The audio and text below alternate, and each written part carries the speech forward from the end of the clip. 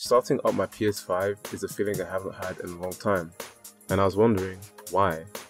It might be because I haven't owned a home console in such a long time. The last time I owned a home console was in 2012 when I was playing on my PS3. It was fun playing Sonic Unleashed on it, but shortly after I recorded the video for it, my PS3 was thrown out. I remember that I would still watch Let's Play videos of my favourite games.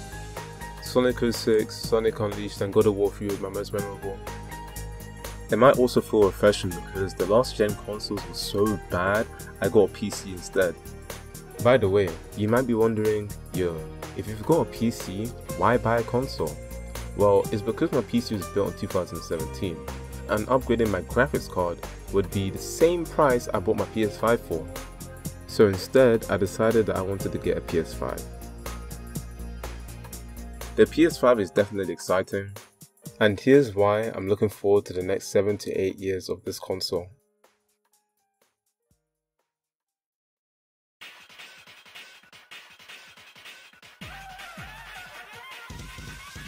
The PS5 has ray tracing, an SSD, exclusive games, and an amazing controller that's full of features. But only one of these features, the SSD, can be utilized by the last generation of games, by shortening the loading times.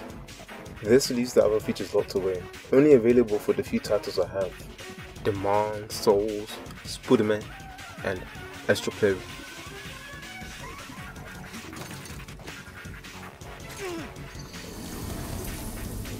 Which are games I am enjoying, but it sucks that these are the only games I can enjoy with the PS5's kit, if you get what I mean.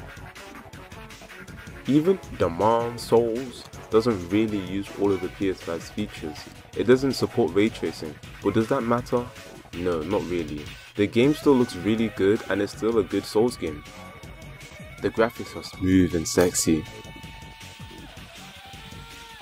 The frame rate is 60 FPS. First time playthroughs are scary as hell, and the haptic feedback is immersive as well.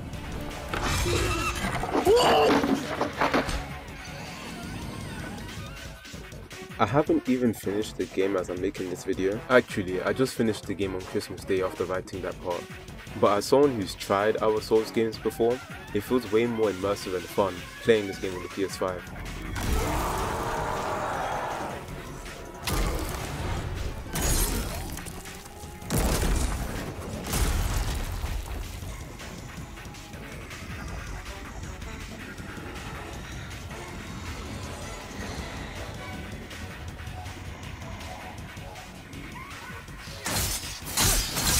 As I turned every corner, I wasn't sure what to expect, and even if I did, there was always something to take me by surprise.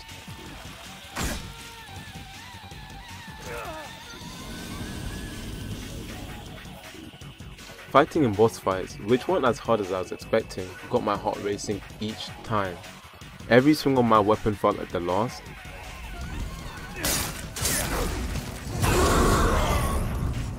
And I swear I could watch my enemy for a solid minute and still mess up on my roll. The haptic feedback really carried this game for me, as each location felt different in the hands. For example, Appalachia of World 3.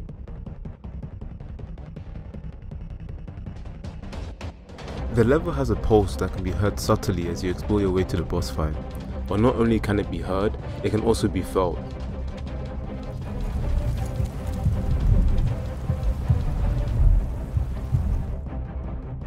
The vibration is subtle, like how the sound is, but it's definitely there and adds to the experience of exploring this area for the first time.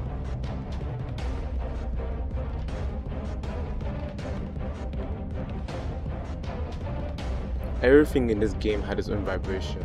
Swinging had its own vibration, rolling had its own vibration. It's pretty cool if you ask me, and Demand Souls is definitely a good showcase for the haptic feedback.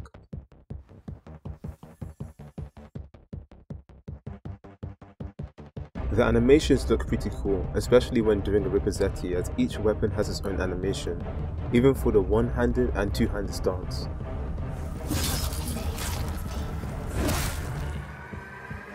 The graphics look amazing on my 1080p screen, but the lighting is even better as certain effects glow and particles waver in the air.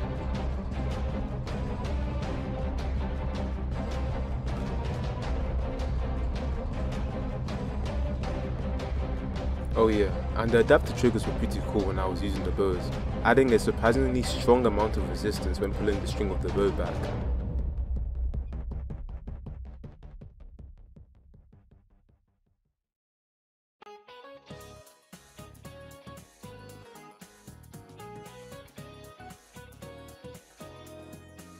Ray tracing is also another feature on the PS5, utilizing the custom RDNA 2 GPU from AMD.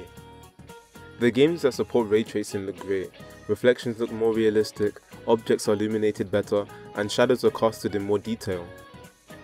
I would have thought that ray tracing would impact game performance too harshly, making the choice either the ray tracing at 30 FPS or no ray tracing at 60 FPS.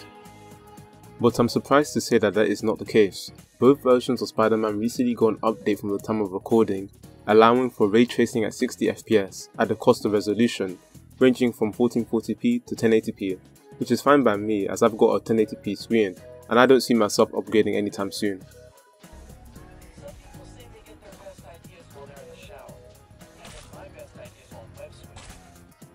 Right now, ray tracing isn't used much. Only next-gen games support the feature, and in games that do, its use can vary. Spider-Man features ray tracing reflections. It's used sparingly in the windows of buildings, reflective tiles, and the eyepiece of certain suits.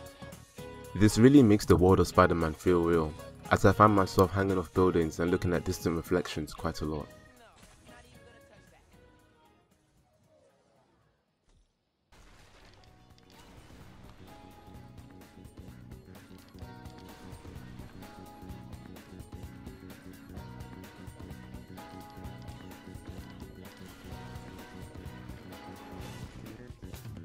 Astro's Playroom is a must-play game. It comes with the PS5 and each level shows off a different use for the DualSense controller's features.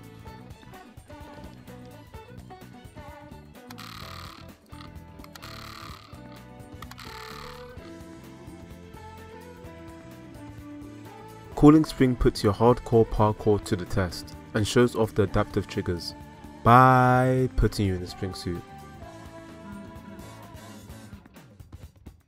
GPU Jungle, which is my favourite stage, tests out your aim with the motion controls, while showing off its adaptive triggers and, which is my favourite part, lets you be a monkey by using the gyro controls and adaptive triggers to rock climb. The footage I'm showing is of my personal best as of making this video. I'm pretty happy with what I got, and I think it's because I got a little lucky.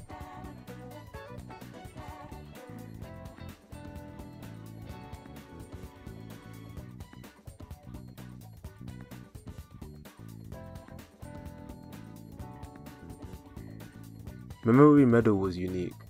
It puts you in a ball that you can control with the touchpad of the controller. It was quite peaceful and looked the prettiest aesthetically.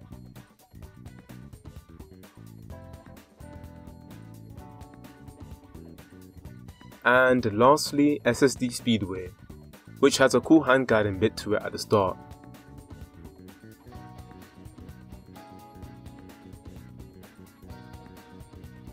But mostly focuses on controlling this rocket ship.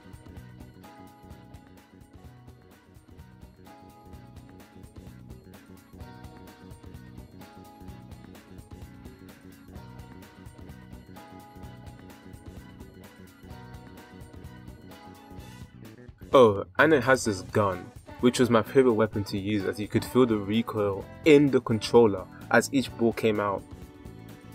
Definitely a highlight of this area for me. The game wasn't particularly challenging, but it was fun to play when I wanted to relax and not fight demons to lol the old one. Oh, and collecting the artifacts was pretty cool, especially when it was something I've never seen before.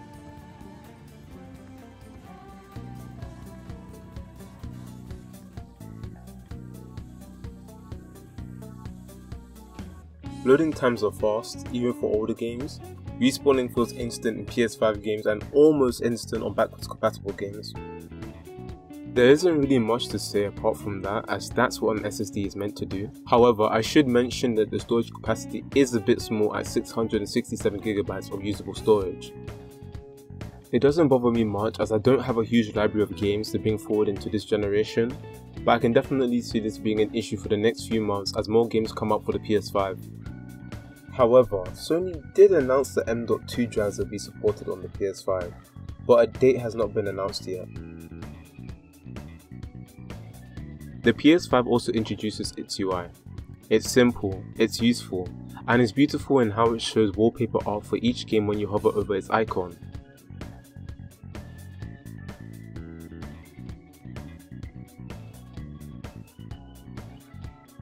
You can also hear music from the game if the game supports it.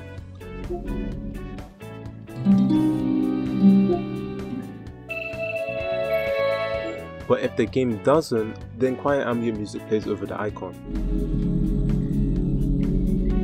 I think it's pretty smart displaying the home screen like this, as I can imagine how glorious this would look on a 4K television.